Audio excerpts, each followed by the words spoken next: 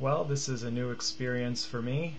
This is my first video on YouTube. I've been enjoying many of the tech videos for quite some time and have been waiting for a good one to respond to, and think I finally found it. I've been enjoying the recent videos about Set OS X Free from Mr. Bit and Zen3K and some others who have made some interesting discussions about that. And I thought of a few things that maybe are worth considering, and I'm not saying that any of the other points are wrong or that Mac OS X might not grow substantially if it were released for other vendors to use, such as Dell or HP, or that it doesn't have merit. But I think that there's a few things that at least I haven't heard addressed yet, or might make an impact on that should it ever happen. And these are in no particular order, but I have 5 things. The first one relates to the concept of activation and our favorite feature of Windows, in that the Genuine Advantage program has the activation. And of course Microsoft has to do this because anybody can install Windows on virtually any computer, whereas with Mac OS X that's not the case. You can only install Mac OS X if you've already purchased a Mac. So for example, even if I were to lend my copy of Leopard to somebody, which I would not do, but if I were to do that, they could install it on their Mac, and it would not be detrimental to me or to them. There's no way for Apple, that we know of at least, to shut down one of those installations. And if Apple were able to set OS X free, as has been proposed, they would probably suffer a substantial amount of piracy above and beyond what might already be occurring on the Apple-only hardware.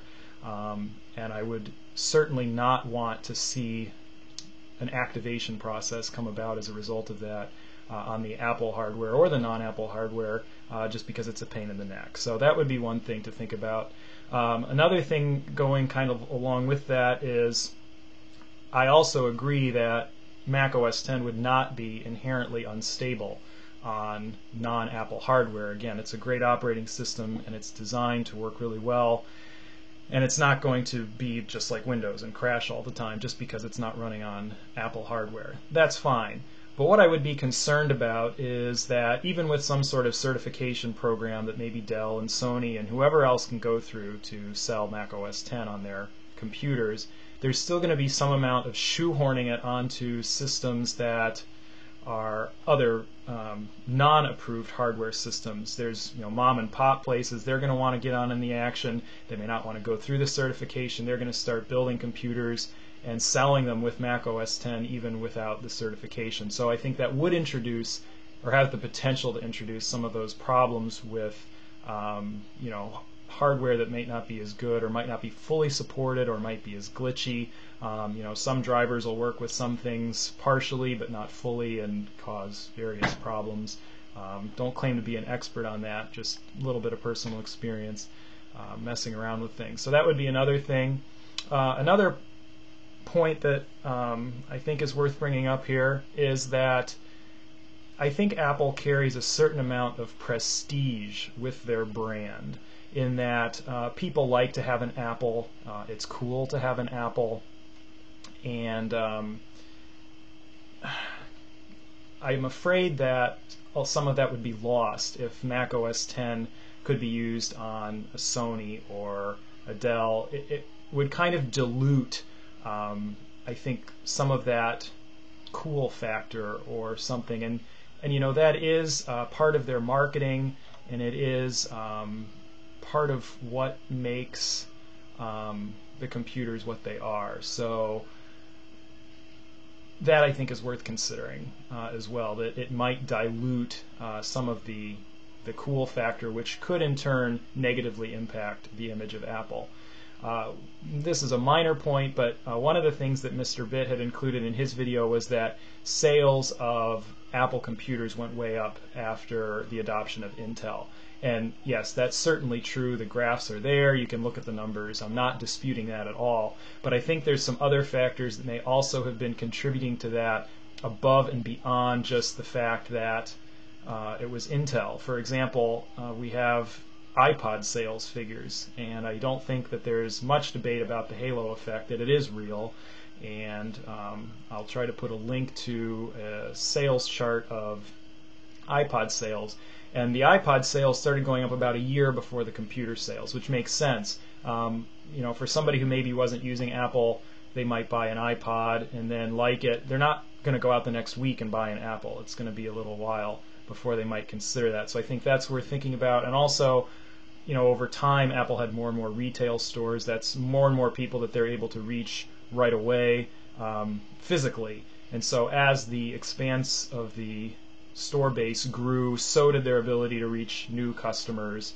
And I think that the number of stores was going up more and more toward around that same time. So that would be yet another thing. And the last point that I want to make here, the fifth point, is if there were to be other hardware vendors such as Sony, Dell, HP, etc., pick your favorite, one thing that would also be detrimental is that you would run into the issue that people run into sometimes when they have problems with their, again, Dell, Sony, HP, pick your company.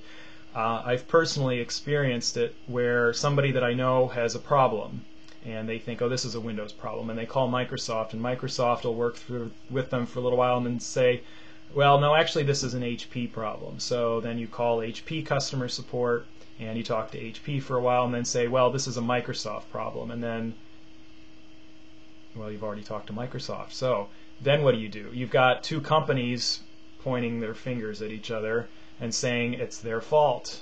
And that's the one nice thing about Apple support, is that they can't do that.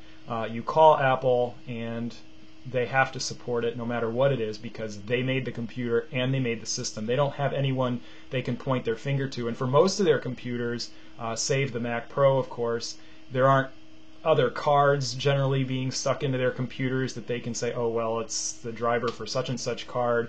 I mean, your iMac, your MacBook, your Mac Mini, and to a large extent the MacBook Pro, which just has the Express card slot, and I doubt terribly many people are using those.